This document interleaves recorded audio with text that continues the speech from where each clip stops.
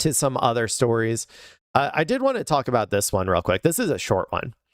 This is some Missouri local news for me. So this is former landlord extradited from Israel to face wire bank fraud charges in St. Louis.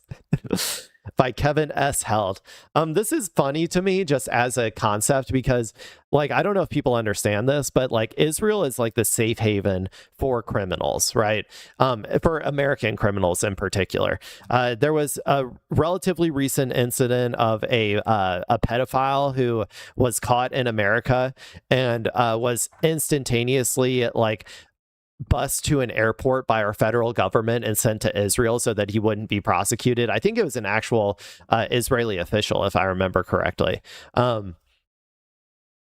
And so, like, basically, like, the way that you get out of, like, facing any sort of consequences in America for your crimes is to get Israeli citizenship. And then as soon as you commit a crime, just being like, yo, Israel, they're about to arrest me. Can I come over there? And they're like, sure, bud, we got you. And then they'll take you over there. So, so this is interesting because I don't know if I remember the last time I've seen an indication of, or like a story about somebody who is actually extradited from Israel back to America. So this is wild to me, and I'm very curious about this story. And in St. Louis, my hometown, no less. Okay, let me get a drink of coffee, then I'll get going. St. Louis. A man indicted nearly 6 years ago for $28 million bank and wire fraud scheme tied to apartment buildings in Missouri and Oklahoma was extradited from Israel on Thursday and will appear in federal court in St. Louis on Friday. Michael Fain, 47, was an owner and vice president of TEH Management and an owner and manager of several TEH-affiliated companies that operate rental properties throughout the country. Fain said to be responsible for the day-to-day operations of TEH Management and those affiliated companies. TEH owned and operated the Pinnacle Ridge Complex in Glasgow Village in St. Louis County, the Green Village Townhomes Apartment Complex in Kansas City, and Ivy Place Apartments in Tulsa, Oklahoma. Okay, well, nowhere in the actual city, at least. They're all out in the county and Kansas City / Oklahoma. So, according to the U.S. Attorney's Office for Eastern District of Missouri, Fain used falsified information to obtain bank loans to purchase and operate the apartment complexes. He was indicted on August 20th, 2020, on one count of bank fraud and one count of wire fraud. Fain, born in the U.S., holds dual citizenship with Israel. Always, always, always be skeptical, like yellow flag alert, like, or red flag alert if somebody holds dual citizenship with Israel. Okay.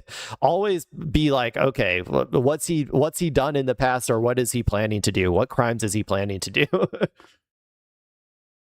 Because I'm telling you, this shit happens all the time. It happens all the time where they just flee to Israel. It's just their backup plan so that they can do crimes in America and just flee to Israel. He possesses an Israeli passport and has a wife and children there. In an interview with the St. Louis Post-Dispatch at the time, Fain said he was unaware of the indictment and said he'd been living in Israel for the past 6 months, which would have been in February 2020. However, federal prosecutors said a grand jury had already subpoenaed records from Fain's company in January 2020, and that Fain would have certainly been aware of the investigation. Yeah, I mean, I will, like, indicted on August 20th, it says.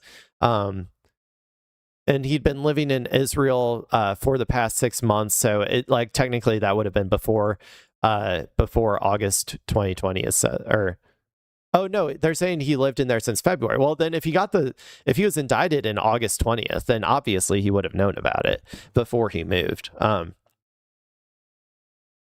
U.S. authorities confirmed Fain was still living in Israel by June 2021 and submitted an extradition request on May 14, 2026. Israeli officials approved the final extradition order. Submitted an extradition request on May 14th, 2026.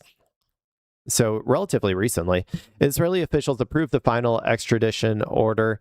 Fain arrived at John F. Kennedy International Airport on Thursday morning and was flown to St. Louis Lambert International Airport later that day. Let me look up something real quick. Extradition from Israel to America stats.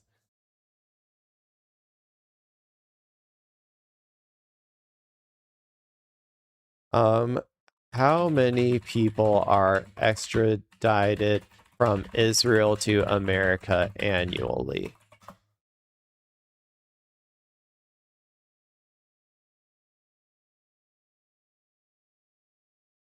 While the two nations operate under a long-standing bilateral treaty, the number of extradited individuals typically ranges from 0 to a handful in a given year. 0 to a handful. I wonder if they have any more data on here. No. Show more. Yeah, I mean, it looks like anywhere from like 0 to 5 is what I would say per year. So this guy just really got unlucky. He probably didn't know the right people. I guarantee you, if he had like met with the Trump administration or something, then he would have been fine. Between 2016 and 2018, prosecutors allege Fain, acting on behalf of a TEH affiliated company, agreed to purchase the Pinnacle Ridge apartment complex and applied for a $2.8 million bank loan to complete the deal.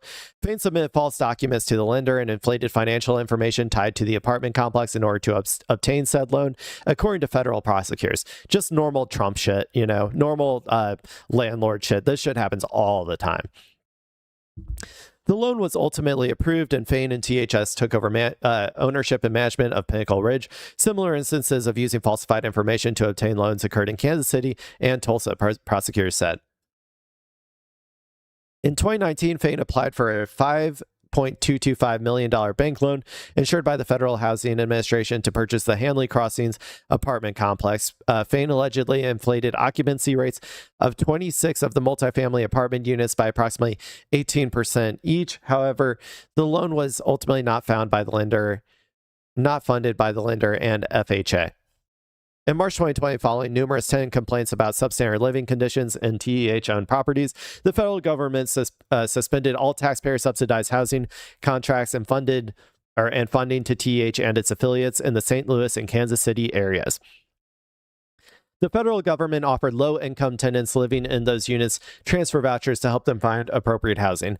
According to a December 2019 report that aired on Fox 2 News, TH Realty properties across the area have been cited multiple times for substandard living conditions. Some municipalities attempted to take the company to court, but told Fox 2 that management would not appear at hearings. Classic delay, deny, depose, all that shit. Yeah, well, this sucks to suck. You got one. We got one, people. One Israeli has officially been extradited to America, to my knowledge. Now, I'm sure there are others that have in the past. However, this is the first one that I'm aware of. And so I'm gonna be like, we got him. One down. I'm sure there's like 100,000 to go or something.